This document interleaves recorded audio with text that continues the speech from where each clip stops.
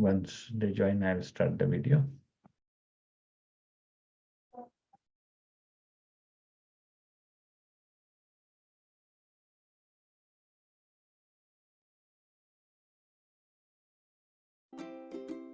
Connectra creates opportunities for people with disabilities by providing information, resources, and programming geared towards greater inclusion and quality of life. On Service Mondays, we highlight a local organization or initiative. On February 5th, we hear from BC Centre for Ability about their accessible employment programs. Then on February 12th, join Eric to discover the richness of the Disability Foundation's own programming. Monday, February 19th is Family Day in British Columbia, so there will be no programming. On the 26th, join Lauren from Emotions BC for a presentation on the importance of caring for your mental health. On Tuesday, February 27th, find your next read and engage in an insightful discussion on the representation of disabilities in literature through our new book club in partnership with the VPL. On Friday, February 16th, learn how to plan your garden with DIGA. Tuesday afternoons are for creative writing with Emily. Wednesdays are chair yoga with Bobby Seal-Kabisky. Thursdays are adaptive fitness with Ocean Rehab and Fitness. Fridays are contemporary improv dance classes with Janice Lawrence. Visit the events calendar on Connectra's website, connectra.org, for more information and to register for events. Okay, Thomas, you can start. All right, so I'm just going to share my screen here.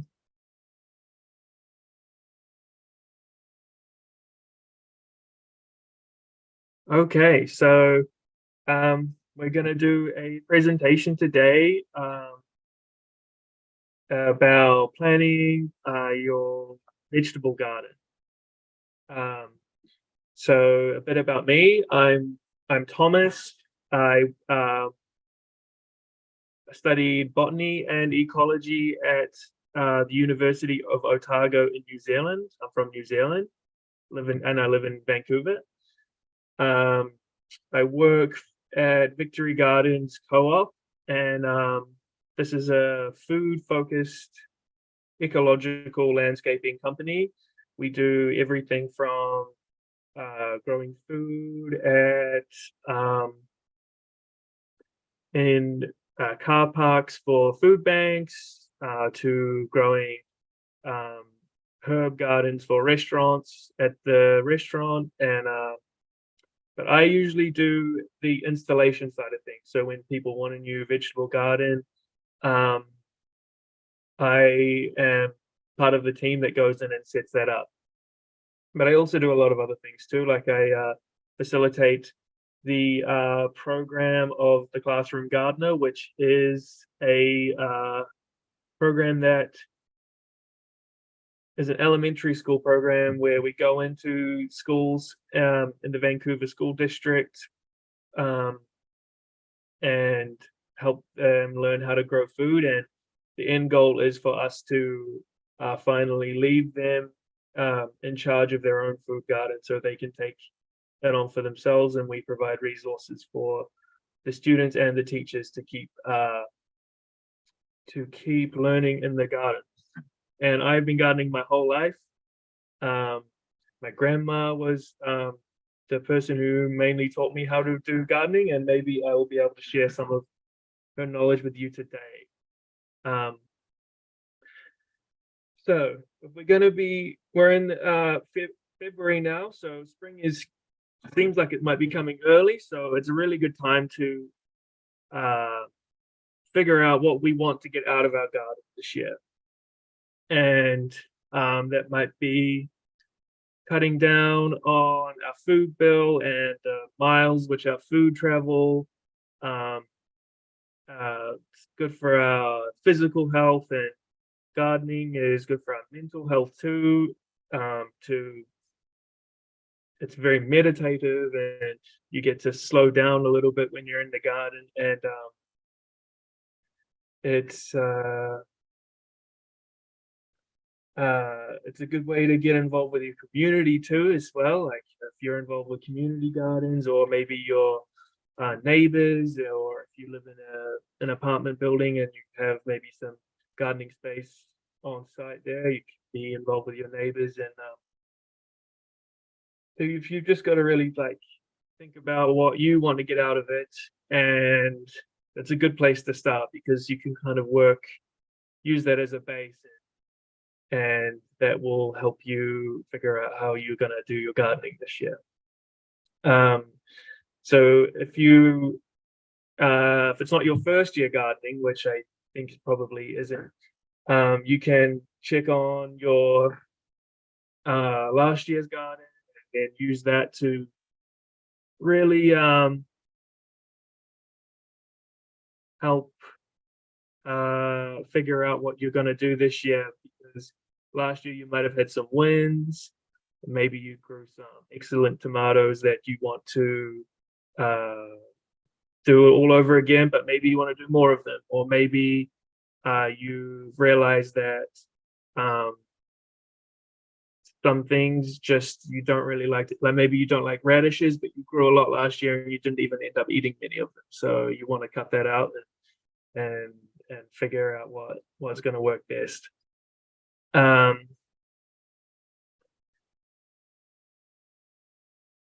Yeah, so observing what is going on in your garden will really help you in the future, and it's never too late to start making observations for the future. So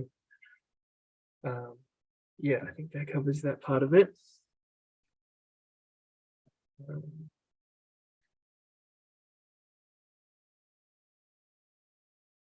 So when you're planning on your garden, you've got to think about how you're going to do it, and the space you're going to use, and what is going to be how you can maximize the space and get the most out of it. So I'm not sure if you're using raised garden beds, but if you want to increase the space, you can install trellises, and that way you have a whole extra plane of growing space.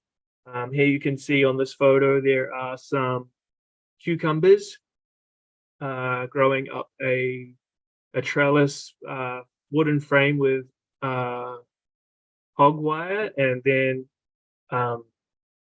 there's still the garden bed below, which has all the space for other things. So you can really kind of basically more than double your garden space there with a trellis, depending on what you want to grow.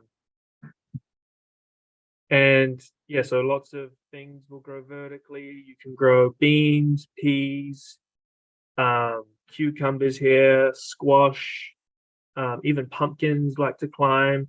You need to be careful though, because if you're growing large pumpkins, the weight can break the stem if they're growing vertically. So you want to be able to have a way to support them.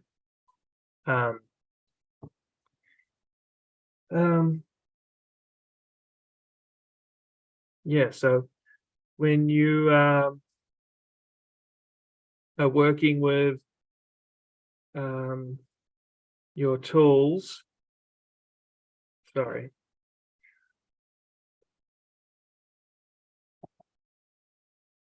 You want to make sure that they're well maintained. Blunt tools can be really damaging to plants, especially if you have like blunt pruners and you're trying to cut stems or prune back things. You can end up really hacking away and doing more damage than really needs to be done. So you want to keep them nice and sharp and yeah, well maintained.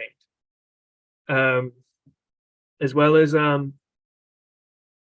other infrastructure items you can add to your garden include caterpillar tents or row covers, and that can be used with like have used in the past hula hoops, where I get a hula hoop and then I cut it and then extend it out into a semicircle, which you can slot into the side of your garden beds. and over top of that I used like a drop sheet for painting, like a clear plastic drop sheet, and that does a lot to extend your growing season. I was growing spinach and broccoli under this row tent until February, and the row, and there was snow and frost and all the sort of things that would have probably been too cold for these plants without this cover. But the extra insulation really can extend out your growing season and just keep your garden producing, which is really what I think it's all about.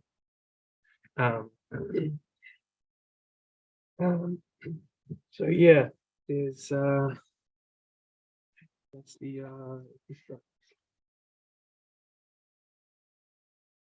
so deciding what to grow is really always, for me, changing. First off, you want to think, what do I eat a lot of, and what do I not like? So personally, I really love cucumbers, so I'm always growing as many cucumbers as I can. And also romaine. I love romaine lettuce, so I grow as much of that as I can. Things like, I don't really eat a lot of radishes, so I don't grow them, and I also wouldn't grow things like potatoes and onions because they take up a lot of growing space. And they're also they're pretty cheap in regards to vegetables, so I think it's better to prioritize things that I like better, and that are a little harder to come by. So you really want to be growing what you want to eat. So that's one thing to keep in mind. And also, everything has a different timing. So spinach is what we call, or spinach and kale even, shoulder crops, so shoulder season crops, which means they do really well in the spring and the fall, but during the summertime they don't do well at all. So you want to growing them through the summer is not possible because they're just going to dry out really quickly and go to seed and not taste very good. So you want to replace your spinach greens with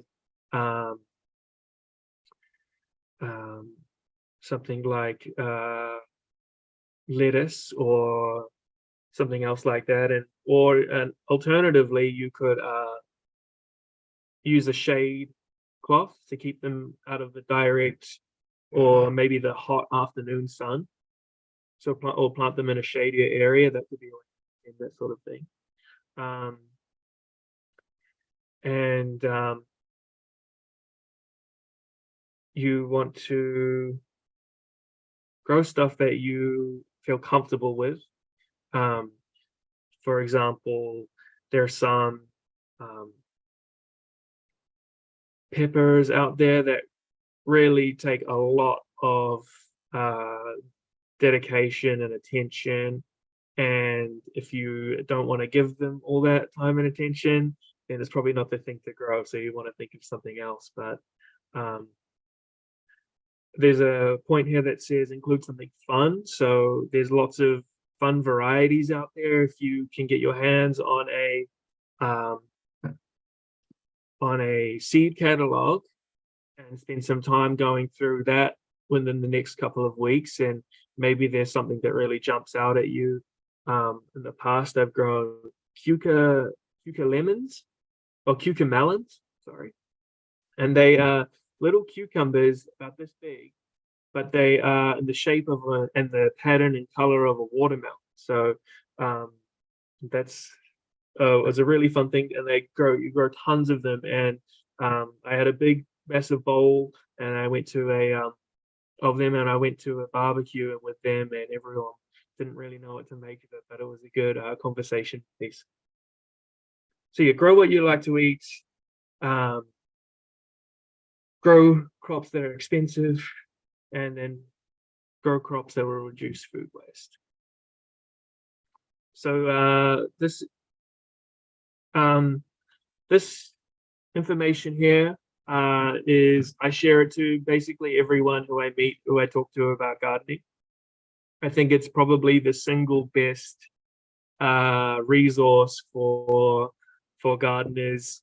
It's by West Coast Seeds, and they're a local seed grower out in Delta, and they have a different planting guide for every region in BC, and I think they even do Ontario too.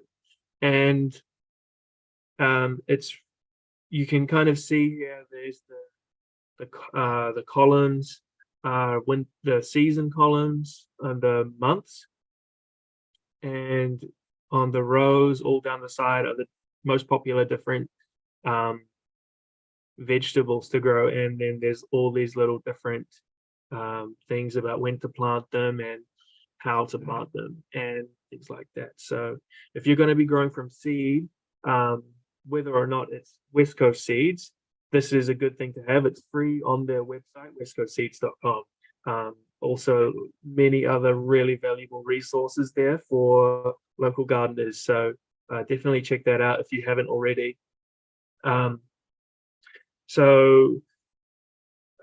you're growing from seeds, use this. If you're growing from starts, you can, depending on where you get it from, most retailers will be putting out their starts just before or at the time that they are ready to be planted. So you won't be finding spinach starts in July, and you won't be finding tomato starts in March. They are pretty good about getting them out on the time that they're ready. And if you're buying them from inside a greenhouse at the store, you want to not plant them right away, but harden them off. And that means hardening off is you will take the plants outside in the morning in the sun, where they're going to be. Probably you could just place them in the garden, but don't plant them, and then bring them back at night. And then you want to do that for maybe 2 or 3 days before you plant them, and then that will really reduce the transplant shock, because every time you're going to move a plant from one place to another, it's going to go through a bit of shock, and it's going to stunt its growth a little bit. So hardening off is a really good way to minimize that and get the plant used to the environment it's going to be in.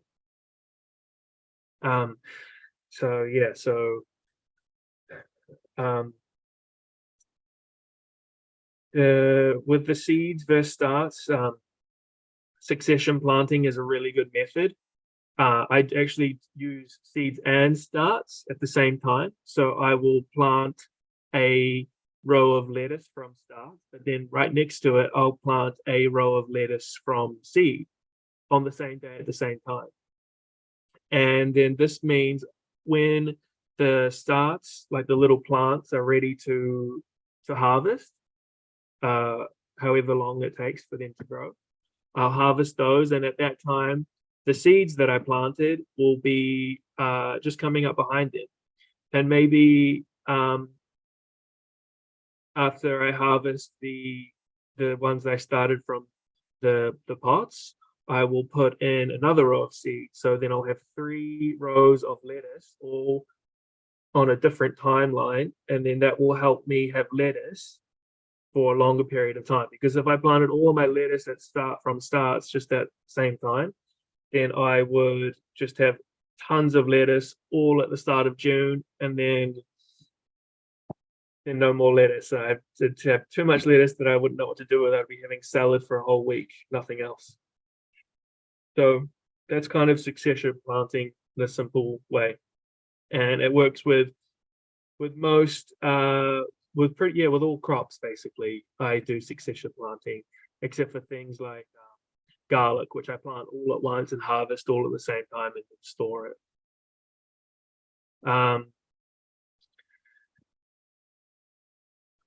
So when you are wanting to grow root crops like garlic or onions or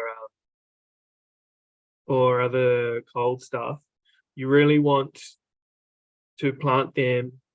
I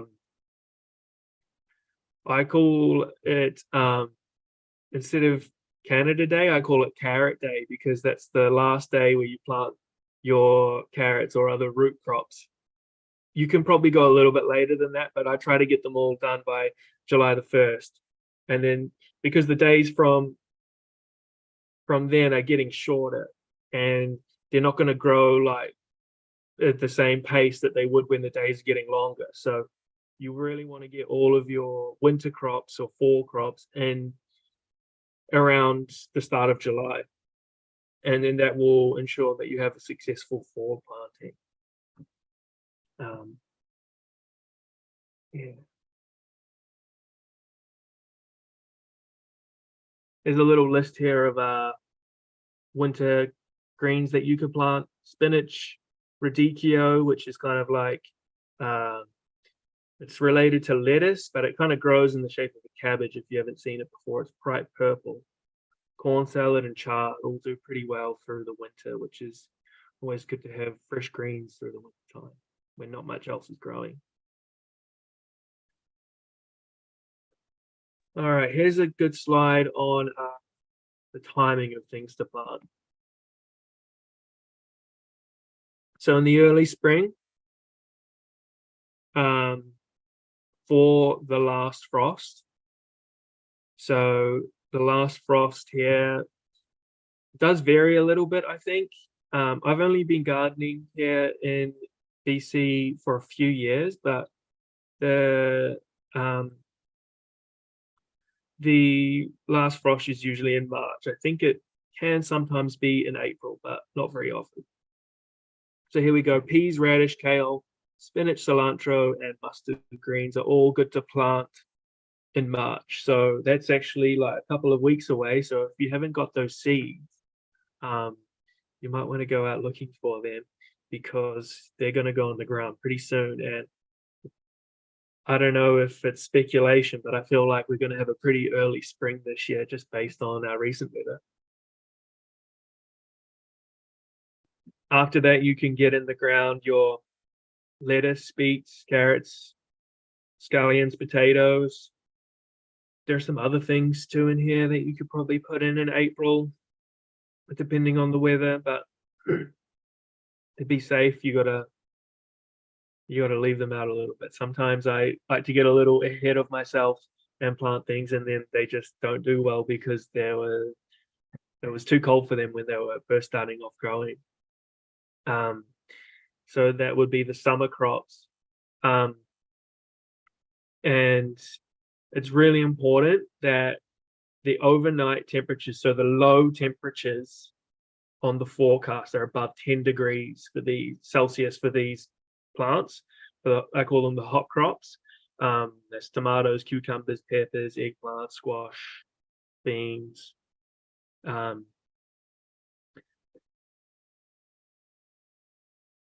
Beans you want to plant a little later on, definitely well into June, because beans really don't do well if you plant them into wet soil.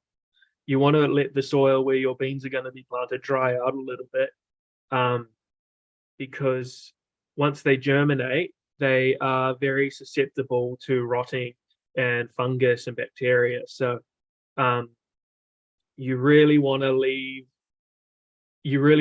be planting them in a dry spot. And because beans are so big, and they actually have water in the form of oils and other things stored inside the seed. So they are good for that. You don't need to water them until they have their first two true leaves out. So that's a good thing to remember about beans is do not plant them into wet, cold soil. They will not grow past this big. So yeah, 10 degrees overnight temperatures is what you want to look out for on your weather forecasting apps or websites. And that will be the time to get your tomatoes and stuff in the ground. Fall crops, again, we just kind of went over that, but all of your things that you want to plant for fall or winter harvest in July, peas, carrots, radish, spinach, brassicas. So that's all of your, maybe you know them as cruciferous plants, kale, broccoli, cabbage, Brussels sprouts. Yeah, so the other fall crops would be beets and carrots. And then you've got your overwintering stuff that you're going to plant in September and October, corn salad, broad beans, garlic. This stuff is not so time sensitive, but you do want to do it when it is colder, when those temperatures, those overnight temperatures are below 10 degrees, but you have to do it before the ground freezes. So you have to do it before all those hard frosts. Otherwise, the roots are going to have a real hard time establishing themselves, and you probably won't get such a successful crop from them. Or garlic especially is you've got to do that before the ground freezes. Can I ask a question? Oh yeah, please. So that West Coast Seeds diagram, I can't really see it on my screen. But is it something you can share a link to, or just give us the link so that we can go to that, just around timelines for planting in different regions? Oh yeah, the chart? Yeah. Maybe if you could hold on to that question at the end, Sure. I will share a link in the chat. Excellent, thank you. Thank you. It's good. All right. So every time you're going to buy seeds on the packet, there's a lot of information. And some of it is a little bit jargony and a little bit not quite too clear unless you really know what you're looking for. So germination rate, maybe some packages will say germ percentage or just seed percentage even. I've seen it. So that's the amount of seeds that will sprout per 100. So if it says 98% germination rate, you can just basically put this amount of seeds that you want to have grown in the ground. But some plants, there's some cucumbers especially I've noticed, have really low germination rates. So I've even seen it as low as 40%. So every time you're putting a seed in the ground, you want to put 2 in, or if you're only be double sure, you want to put 3 in the ground where you want 1 plant. Later on, maybe you can, if say all 3 of them germinate, you could, if you're really careful and gentle, you could separate them all and then move them around a little bit if you wanted them all, or you could just thin them out and discard them. So yeah, things that have a high germination rate would be brassicas, lettuces, carrots, all have a really high germination rate usually. But it does vary, and all seed packets will have that information usually on the front. So they'll also have the timing usually of when you should be planting the seeds. But you need to make sure that the timing of that lines up with your area, your gardening zone. So not all seeds last forever. There are some seeds, so onions and alliums, so shallots and scallions and leeks. Their seeds are only good for the next season, so they don't last more than a year. So if you have 2022 onion seeds, they're no good anymore, unfortunately. So that's something you got to bear in mind. Most other seeds are good for 3-5 years, but after that their germination rates drop off pretty steep. But things like beans and corn and seeds that are like larger last a really long time. And there's even there's a type of bean, I think it's called the patchy bean, and that was excavated from an archaeological site. And before they dug that, those beans didn't exist. It was an ancient breed of beans they dug up from, I think it was hundreds of years ago. And they planted those beans, they germinated and produced really well. And now it's, I think it's quite a popular variety. So beans last a long time, but there's the huge variation of how long seeds will last. And seed packets, again, they'll have that information on it.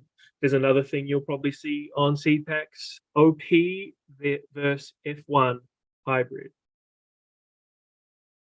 So OP is open pollinated. So these are plants that will, that the seeds you can save. So if you had a row of open pollinated romaine lettuce and harvested all of them except for one, and you let this one lettuce go through its life cycle, make its beautiful flowers and produce all of its seed or of its offspring. And if you've seen bees around it and everything, it's been pollinating itself, but usually you don't even need that with most things because their pollen is moving around in the wind and all the flowers are really close together.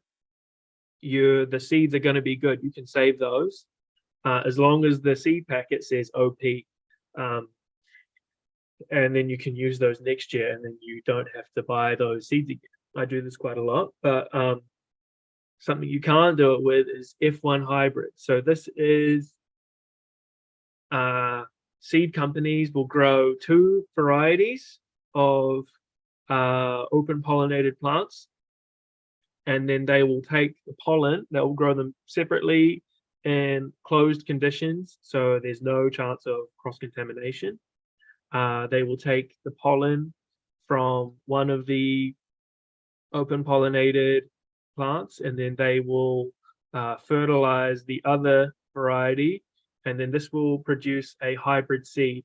And this hybrid seed will be good. You can plant it in your garden and it will grow a beautiful crop. And if you look after it just the right way, it'll be really nice. But then the seeds that this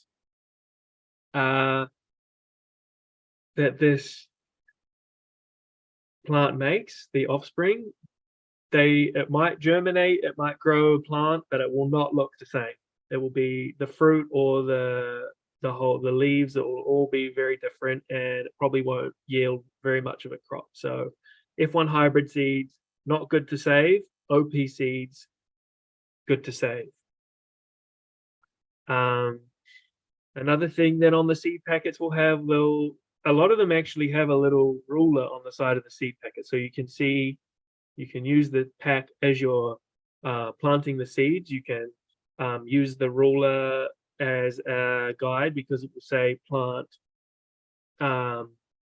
each seed 2 inches apart and ½ an inch deep. But there's a general rule here. It says 3 times as deep as the seed size. So kale seeds are really, really so small. Like they are just little tiny spheres that are the color of the soil, and they're really easy to lose. I've done it a lot. But you really don't, you want to scratch the surface of your soil, put the seed down, and then gently sprinkle a little bit of soil over top. And that's good. That's good enough for that one to be planted. But beans, for example, I use my whole thumb. I put my thumb into the soil to make a hole. And that is, and then I put the bean in, and because it's so much bigger, it has so much more energy stored. It has a lot of energy to really punch through a lot of soil, and being deeper down is better for it, so it can so its roots can start off even deeper. But yeah, 3 times as deep as the seed size. That's the general rule for that one. So yeah, that's most things about the seed. If you're going to planting things from seeds. All right, crop rotation. This is a pretty important one when you're planting. You want to you don't want to be planting things in the same spot as you planted them last year. Maybe you could get away with it for a couple of years, maybe even 3, but after that, you're going to start running into some problems. So if you're growing leafy greens that are going to be taking a lot of nitrogen from the soil to grow their nice, lush, nutritious leaves, it's going to deplete the soil of nitrogen because leaves are the main consumer of nitrogen in the plant. So if you keep growing, even if you're topping up the soil, you're going to keep running into nitrogen deficiencies if you're growing just greens in the same place all the time. So you want to rotate stuff around. So if you planted greens there last year, a good thing to do would be plant beans or any legume. This will help restore the nitrogen level in the soil because beans and legumes they're creating nitrogen for the soil. But then you don't want to be planting beans in the same place every year because you're going to build up so much nitrogen that there's going to be too much in the soil, and that can be just as damaging for plants as not enough. So you want to keep rotating. Here's a good little diagram of a good rotation. So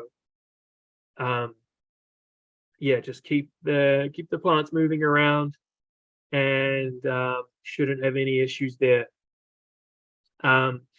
Also, another reason, aside from nutrients in the soil, pests can build up really quickly. If you keep growing, for example, potatoes in the same place or root crops in the same place every year, you're going to get pests, nematodes, wireworms, maybe, and there's always going to be a couple in the soil. And maybe if you're growing potatoes for the first time in this soil, you're not going to have any damage. Maybe one, maybe nothing.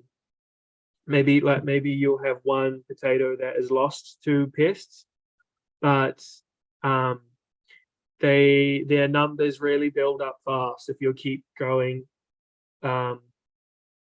root crops in the same place every year. And this is from other pests too, like thrips. If you keep growing onions in the same, or garlic or alliums in the same spot every year, you're going to get these thrips of these bugs that will just completely wreck your crop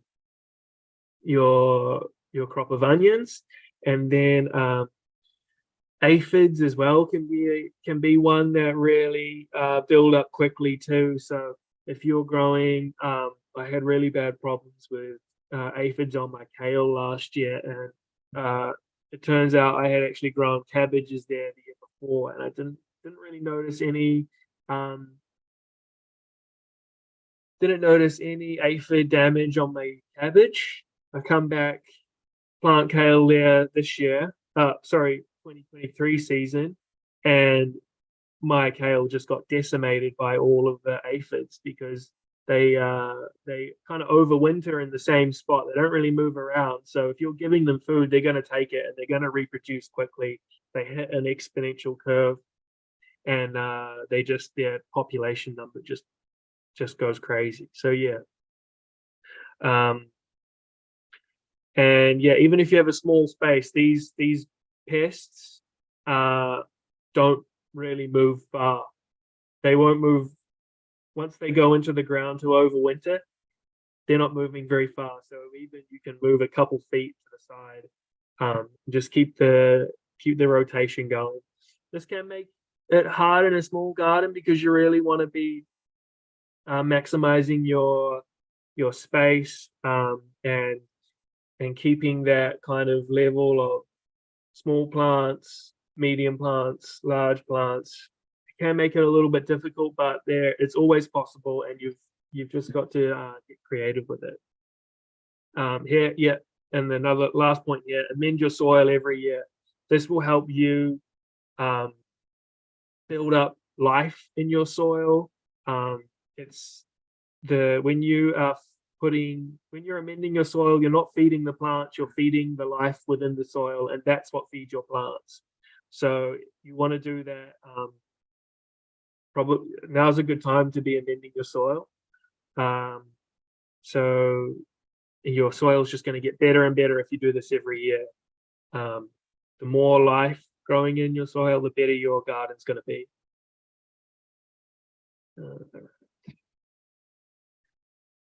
So mapping is really important.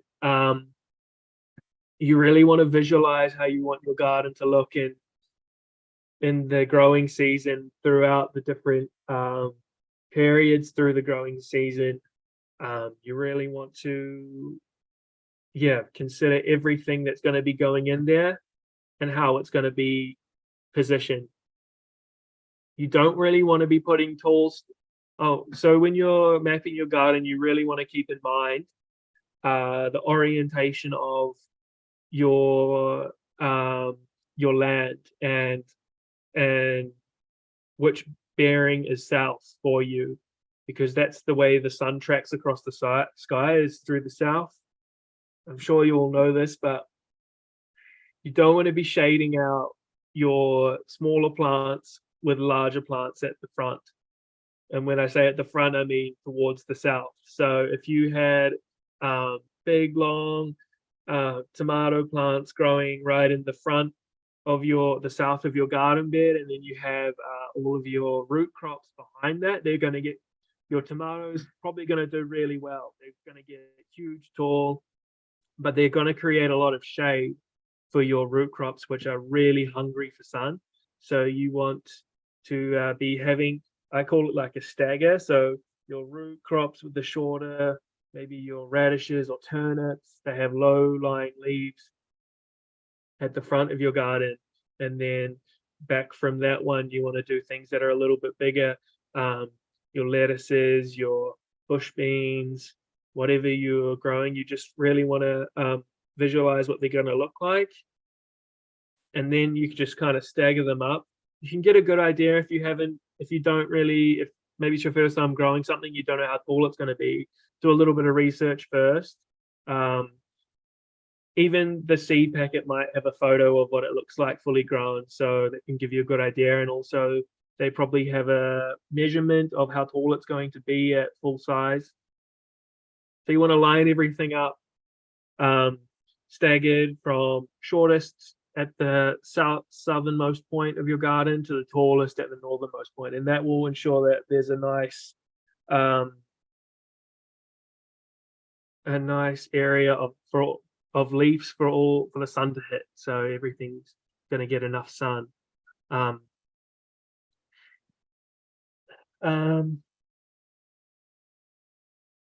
Oh yeah, also put your trellises at the north end of your garden beds too, because anything growing up that's going to shade out everything. So it's a good one to consider. Root competition. So things like, if you're going to grow root crops, you kind of want them to be closer together than like things like kale, tomatoes, even beans have a really prolific root growth. So they grow out, they spread really far and deep, and that's going to cause competition. So if you're growing your, here it says tomatoes with carrot, which is a good example. Because carrot roots, the carrot is the root really. There's not much. It is a little bit bigger than what you pull out, but not by much. So the tomatoes are going to be growing through that and around that, and it's going to cause a lot of competition, and one of them's going to suffer. So you don't want to, so you do want to grow your root crops together, ideally. Beets with carrots, potatoes with carrots do pretty well too. You just want to think about what's growing under the soil, because what's above the soil is only half of it. So yeah, so that's a good one for your garden maps. This is a garden map example of one of my clients. Here we've got some companion planting going on with tomato and basil. So tomatoes can be susceptible to insect pests, but basil is a very good pest repellent, along with other mint family plants. Basil's in the mint family. So when you're growing mint, basil, tarragon is a really good one.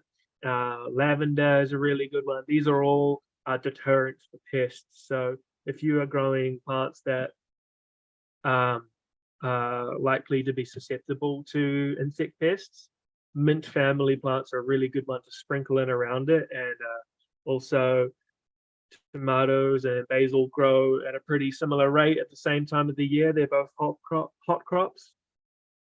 So that's a good one to grow together. Here we've got all of our root crops here on the middle bed with garlics, beets, carrots, radishes.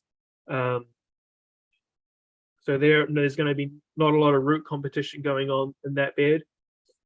If you tried to put any tomatoes in there, you'd have problems. And then greens are all in another garden bed, and there was a rotation from beans growing in there the year before. Peas and beans were growing in that bed the year before, so that was a good rotation there.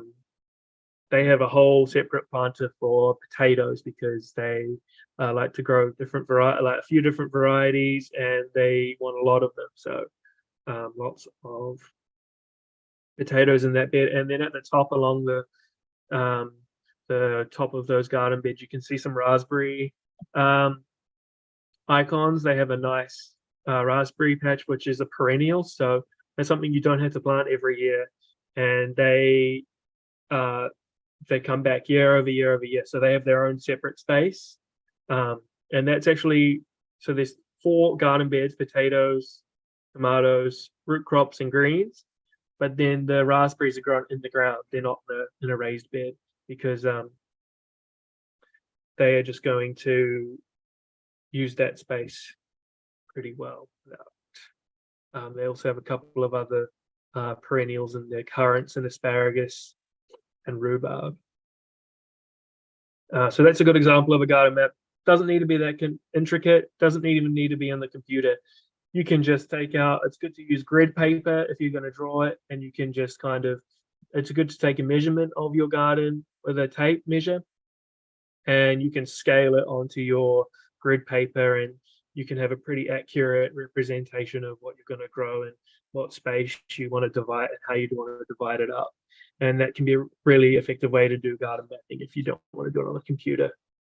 This one is done on Google Drawings, which is a free part of the Google Drive. If you're on the Google Drive, you can use Google Drawings if you have a Gmail account.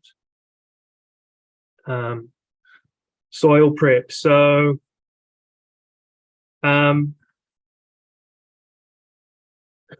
every year you want to be adding soil. There are some different types of soil, different components.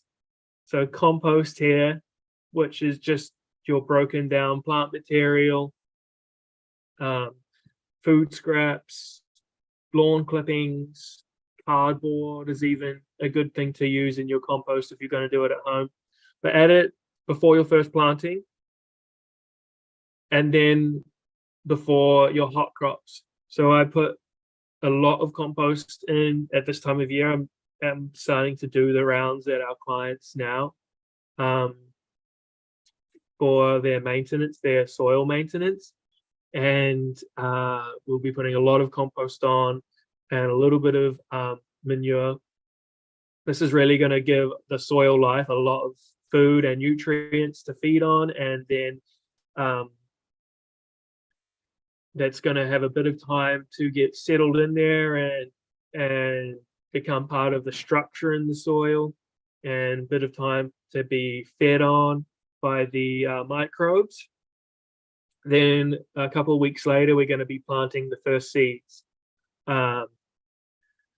And then you want to put some more on after you harvest those spring crops before you put your hot crops in. So before you put your tomatoes or anything that bears a fruit, eggplants, peppers, beans, zucchinis, melon, squash. You want to be putting compost in before you plant them because they're going to take a lot of nutrients. It takes a lot of nutrients to make a fruit. So you want to be putting a bit more on before you put them on. So 2 times a year. Also, I put down compost before I plant my garlic too. And then all I do is I put a few buckets on, maybe like a bucket per few square feet of compost. Put it on top, spread it out nice and even, and then with a garden fork or a pitchfork, I come through, put it in the ground without turning it over. You don't want to do that too much.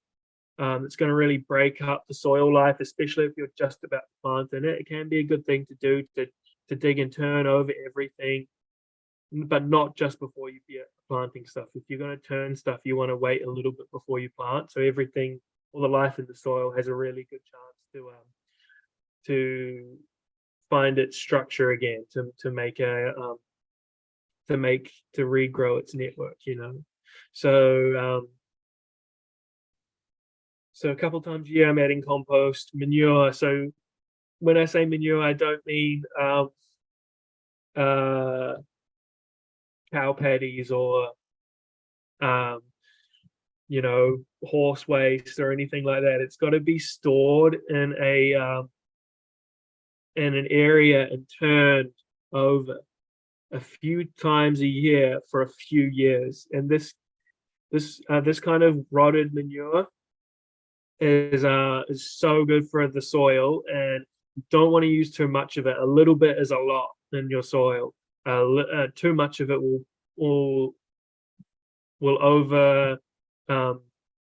put too much nutrients in your garden for it, and you can get it cheap, quite cheaply, because a lot of it is byproduct from mushroom growing industry. So all of your portobello mushrooms or button mushrooms are grown on manure, and after that happens, it's really well broken down. It's not even really, it doesn't even smell unless it has been wet for a really long time. It starts to smell pretty bad, but it doesn't even really smell after it's had mushrooms growing on it. Granular fertilizer, it's going to be a little bit expensive, and it's not always, it can be organic. I would encourage you to get the organic kind, but it's not always organic. This can be, I don't know, think the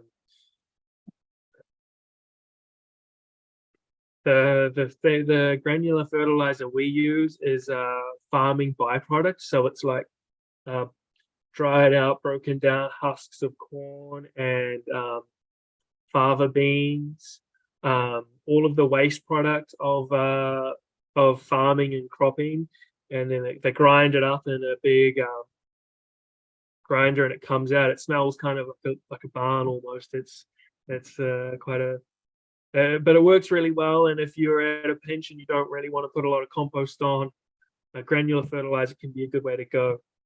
Same with liquid fertilizer. You can make this yourself quite easily with kitchen byproducts. Banana skins are really good for this. Old tea bags, food scraps. If you want to put this, in a big bottle and of water, leave it in the sun, shake it up a little bit, and in a few days you've got a really good liquid fertilizer. Another really good thing to add to this, which I would recommend, is seaweed. And this is a free resource that anyone can go down to the beach after a storm and collect some seaweed that's washed up. Putting a bit of this in your liquid fertilizer tea can really boost your garden productivity because of all of the nutrients that come from the ocean. All right, companion planting.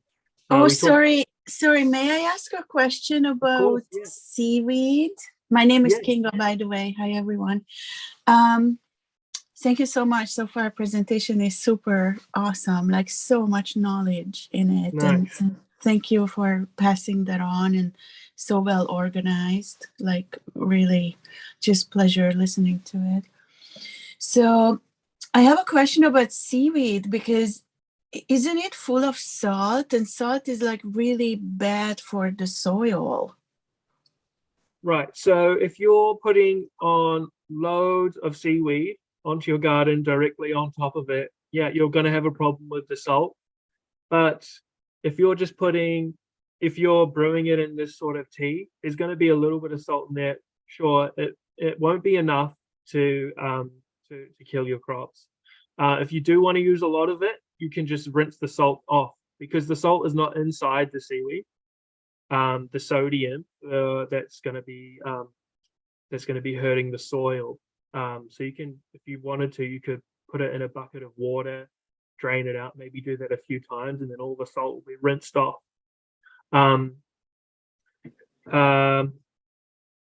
Yeah, so using too much seaweed will definitely, you'll have salt problems. But if you're just using a bit here and there, especially in your liquid fertilizer, I think it's not going to be a problem. Okay, cool. So I didn't know that the salt is not in the inside as well. So that's good to know. Well, Thanks. I mean, there is a little bit of sodium on the inside with everything, every living thing there is. But yes, yeah. Not enough. Yeah. But not excessive. And also just quickly, I would like to share, because you were talking about seed life previously, and I have read a really neat little article last year, and I tried this because I have found, I moved, and I have found a box with full of like old seed packets. And some of them were like really interesting seeds. And then I happened to like stumble upon this article that what you can do with old seeds is that set up like a little seed tray. Like I just took basically like a tub from like Superstore that had like lots of croissants in it, you know, so it was like a recycling thing. Yep. And then I just put in totally regular soil. Like I didn't want to spend any money on, you know, whatever seedling soil in case nothing would sprout. So it cost me nothing. And then I just marked what kind of seeds I put in on like ice cream holders, you know, like when you, so anyways, like you can like mark it with whatever you have in your recycling box, and then it will show you in a couple of weeks max which seeds are viable. And those seeds that came out, I planted in my garden and ended up like not having to buy any seeds that year.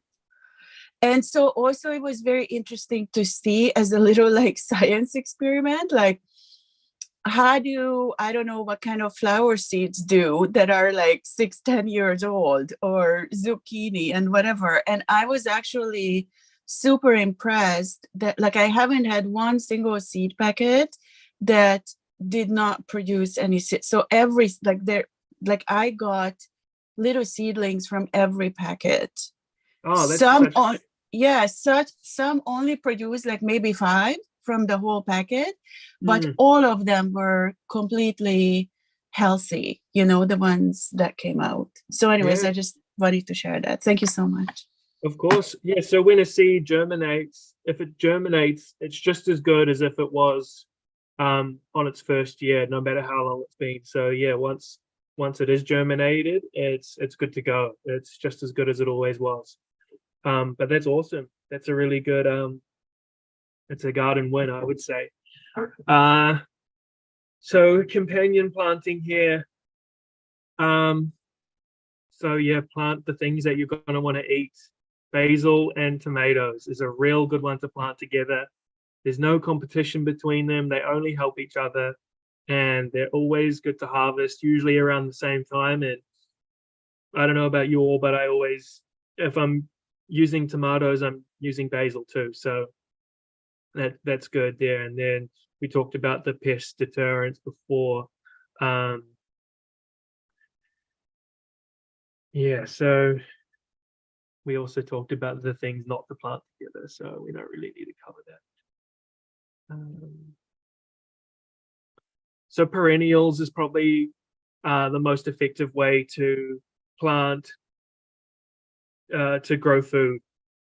It's, of course, annuals are always going to be needed.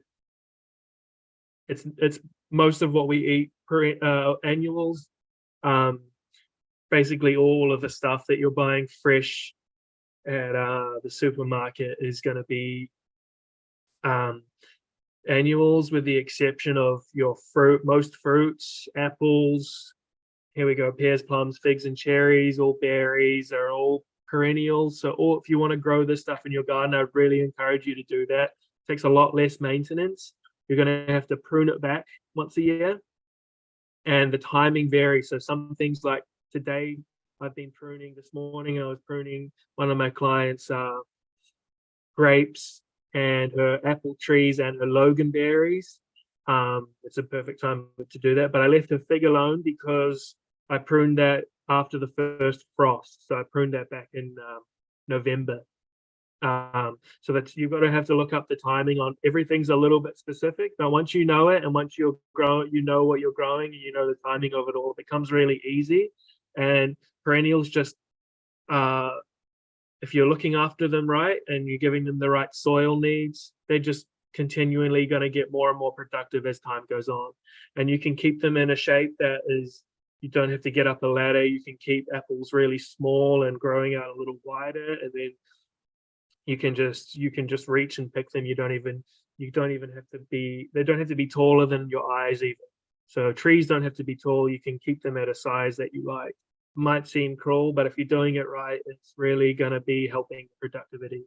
A lot of mint, we talked about the mint family with basil and other things. Basil is an annual. In warmer climates, it can be a perennial, but here it gets too cold. Here we go. All mint, like mint tea, lemon balm, verbena, lavender, rosemary is a mint one. Sage is another mint family. They're all perennial, and they all love the conditions here, and you're going to do well with them. If you plant them, you're going to get a lot of flavor out of your garden as well, especially if you are planting these mint herbs. And again, you're going to have to keep cutting them back because they're going to want to grow more than what you can eat. So when you prune them, maybe you can give away your prunings, or just use them as you would harvested. Resilience, talked about succession planting. Resilient varieties, so it's different varieties of plants can be resilient against pests, heat, cold. For example, I grow 4 or 5 different kinds of kale every year, and if it gets really cold like it did earlier a few weeks ago, only one of them survived. The Russian variety survived. So while 80% of the kale's gone now, I still do have a little bit of kale, but you want to be planting, resilient varieties. Different varieties are going to be resilient. So really try and expand the amount of varieties you're going. With heat, you can combat the extreme summertime, midsummer heat with shade cloths. Oyas or olas are like these pottery. They're like round bottom vases almost. You bury them and you fill them up with water in the heat of the summer, and then because they're pottery, earthenware, they leach the water out, slowly release the water, and the roots will actually wrap right around it and then be able to take out the water as they need it. Fill that up pretty regularly, maybe every day, when it's like a heat wave, and that will keep your plants nice and watered and healthy through the hot.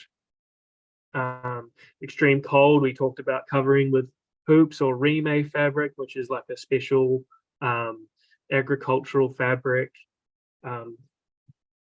sorry, we're going a little bit over time here. I hope that's okay with everyone. I've got a couple more slides there. But yeah, remay, when it gets really cold, if you don't have any remay, because remay lets the light through, bed sheets can work too. If it's going to be really cold overnight, you can put bed sheets over your garden, and then that will help. I should have done that with my kale. It might have helped a few of the varieties, but probably not all of them.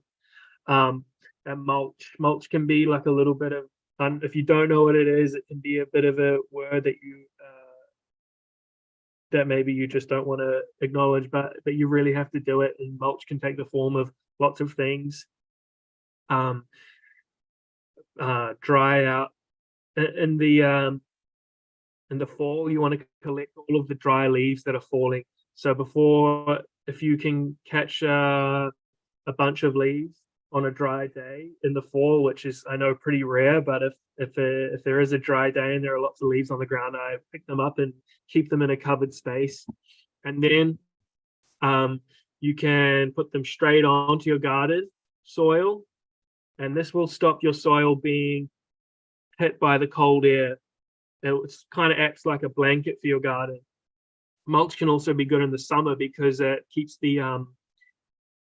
the sun directly off your soil. And when the soil gets too hot, it can be really stressful for the plants. So keeping the soil covered up, shading the soil is really good to do in the drought, and also keeping it covered up from the cold is really good too, and keep all the life in there living pretty well.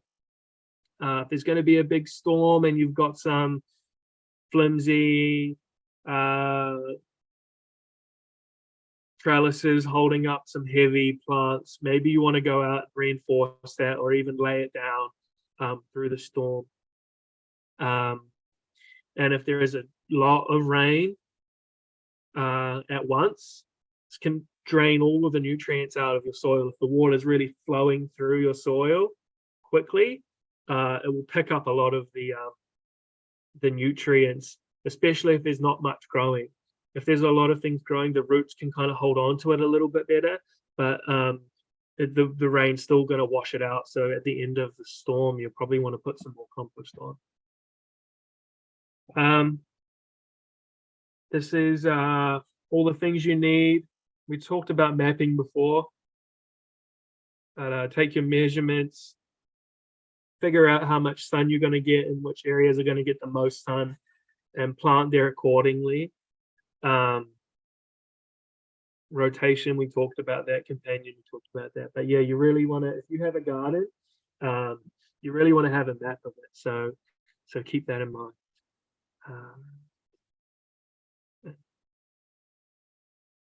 All right, so that's the end of the presentation here. I am going to field any questions that anyone had. There was a couple during the thing, but I'm going to find that link for us now on the West Coast Seeds website. I'm going to stop sharing here, but I'm still going to be on. All right, let me track down that link really quickly. That was my first time presenting a presentation over Zoom. So I hope that it all translated pretty well. At the start there, I got a little bit panicky, but I hope it came across okay. And I'm sure you're all gardeners already, so I probably said a lot of stuff that you already know. So sorry about that too. It might be a little bit frustrating being like, oh, I already know all of this. Available online, the regional planting charts under West Coast Seeds. So yeah, I think it's fine. I probably don't. I'm probably planting coastal BC, South Central BC. It's got regional breakdowns for each fall and winter harvest. You know what? I just found the link. I'm just going to put it in the chat here now. So if anyone wants to see that, they should, because it is so valuable. They come in PDF, so you can download it and have it on your phone or your computer and just look at it as you need to. It's always good to do that. I'm just trying to think if there are any other recommendations. Is everyone here from like the South Coastal BC region? I'm in Vancouver. Yeah, because most of the things that I know are kind of specific to that. Gardens, as you go further south or further north, things change a lot. So it's good to try and to keep things into your own region. I'm just thinking if I have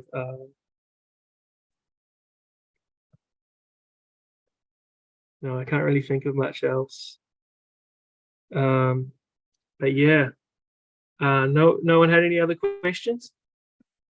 Can I ask you, just, you're not, you came to give us this workshop, but you're not affiliated with the actual program that we are participating in for the accessible garden plots or anything? No, I Okay. just Victory Gardens was approached for a to take a presentation like this, and I really wanted to try it out, so here I am. It was great. Very Thank thorough, you. lots of information. And I think I have always lots of questions about winter crops because I've never really, the only thing I've overwintered is like herbs. And I just had to move and I left my herb garden behind. And so I was in mourning. And then I found out that I was getting a garden plot locally. So I'm really excited. Oh, I nice. haven't seen it yet or anything. So Okay, well, I hope you can recreate or maybe even improve upon what you had before. yeah, for sure. Thank you. Yeah. Yeah, I think this is being streamed on Facebook and YouTube too. So maybe other people here there have questions, but I won't be able to them. Yeah, thanks so much. Again, it was great presentation, so much information, very well organized. You probably don't think that, but you've done marvelously well. Well, thank you. Really cool. And I just have a quick comment about, you were talking about herbs for tea, for making tea, which I've never seen in any presentation before. So I thought that was like super unique, like to have a tea garden. Like I never thought of, like I always had, like my mint family little, players in my garden, but I never really thought of it as, as a tea garden or to specify like, an area just for those plants. So I thought that was awesome. And then a couple of years ago, a friend of mine introduced me to this idea that some people might be also interested in. So it's called sun tea. So basically you harvest your tea materials. Like it could be like a mixture of things, or some people just like to do it with mint or whatever. And then you put it in a jar and you cover the opening with like cheesecloth, or you put like whatever on it just so bugs don't get in, with a little bit of elastic. Like I just use like one of my tea towels or an old tea. I would cut off a piece from old tea towels or something like that. Or even you could use like paper towel if you in a pinch. And then you leave it out in the sun for the day. And then you put it in the fridge. And then the next day you can have a really wonderful iced tea if you add ice to it. Oh, I love the sound of that. As another thing that I make tea with that has a really nice flavor is viola flowers or pansy flowers. Yeah, and when you're brewing it though, make sure your water is only hot from the tap. Anything hotter than that will damage it and make it taste bitter, but it has a really nice floral sweet taste. So oh, that's a great idea. I know that many European countries make like liqueur out of the yeah. Okay, thanks so much. Thanks again. Of course. I really appreciated your effort and everything. It was great. Thanks for tuning in. All right, so I think that's probably the end of it there. Okay, it was a really nice presentation. Thank you. Okay, thank you. See you guys.